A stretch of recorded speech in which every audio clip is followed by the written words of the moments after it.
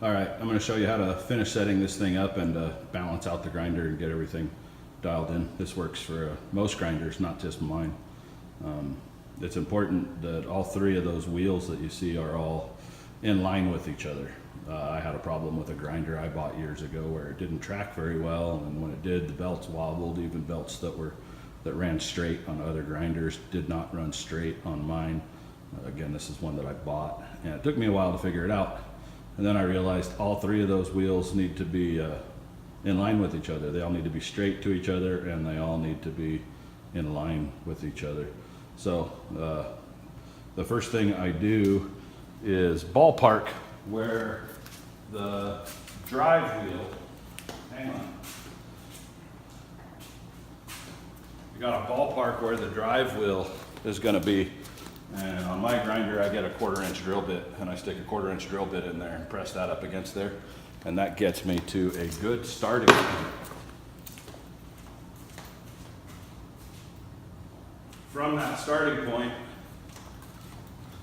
I can get a belt on it and get started. Well, let's not get ahead of ourselves. Before we do that, I want to set this in a neutral position. I don't want it crooked this way. I don't want it crooked the other way. So I get it set up so that the plate back here is straight up and down, and I can see that based on looking at an angle from here to there. It'll be obvious when you're actually doing it. Get it nice and straight up and down. That one's now set up, straight up and down. Then I get a belt on it. And once the belt's on, my particular instance right now, I'm running it at about 40 PSI. I'll turn it on and get it running. Not real fast, but get it running. And look at it. And I can tell looking at mine that my belt is this way. I'm not centered on tracking right now.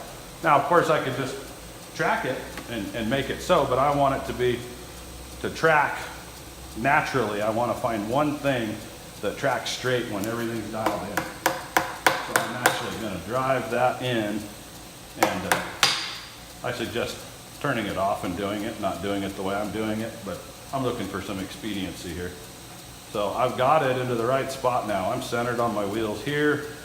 That's there. This, I forgot to mention before, this is parallel to the ground, so I see it's flush here and it's flush here, so I'm straight. And that's dialed in the way everything's supposed to be, the way this grinder was designed.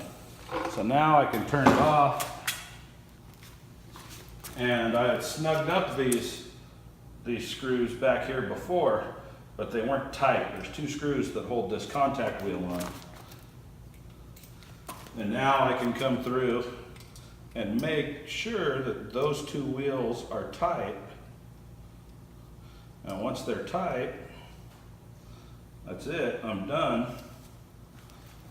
This is dialed in, and now when I turn it on, again, it should track nice and straight, and it does.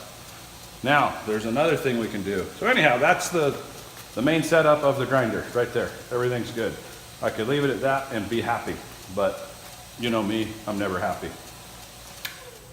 So what I'm gonna do is I want it to also balance and be right. I had that locked, gotta unlock it.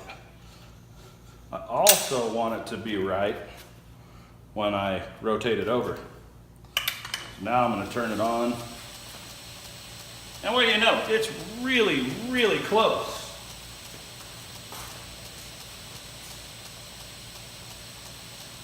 It's not perfect, but it's really, really close. Now, there's a screw, a plastic tip screw in this arm that you can't see from the video over there, but you'll be aware of after you built the grinder. There's a little arm here that keeps this from sagging when we rotate it into horizontal mode. So what I do now is I reach in there with the screw and I adjust that, and it took a fraction of a turn here on my part. It took maybe 5 or 6 degrees, and now I'm still centered there. Turn it off, rotate it back, now turn it back on. And if you fart around with that a couple of times, you'll find a spot where between those 3 adjustments as you rotate everywhere, it doesn't need any tracking change from one to the other. I'm happy with it where it's at right now. So that's it. It's all set up, ready to grind. That's the final piece of the puzzle when you set up an ÜberGrinder. And the technique, like I say, that technique works for other grinders too, at least KMGs that I've played with. I had to make sure that all my axes were true with each other and that everything was straight in line. That's it. There you go. Enjoy.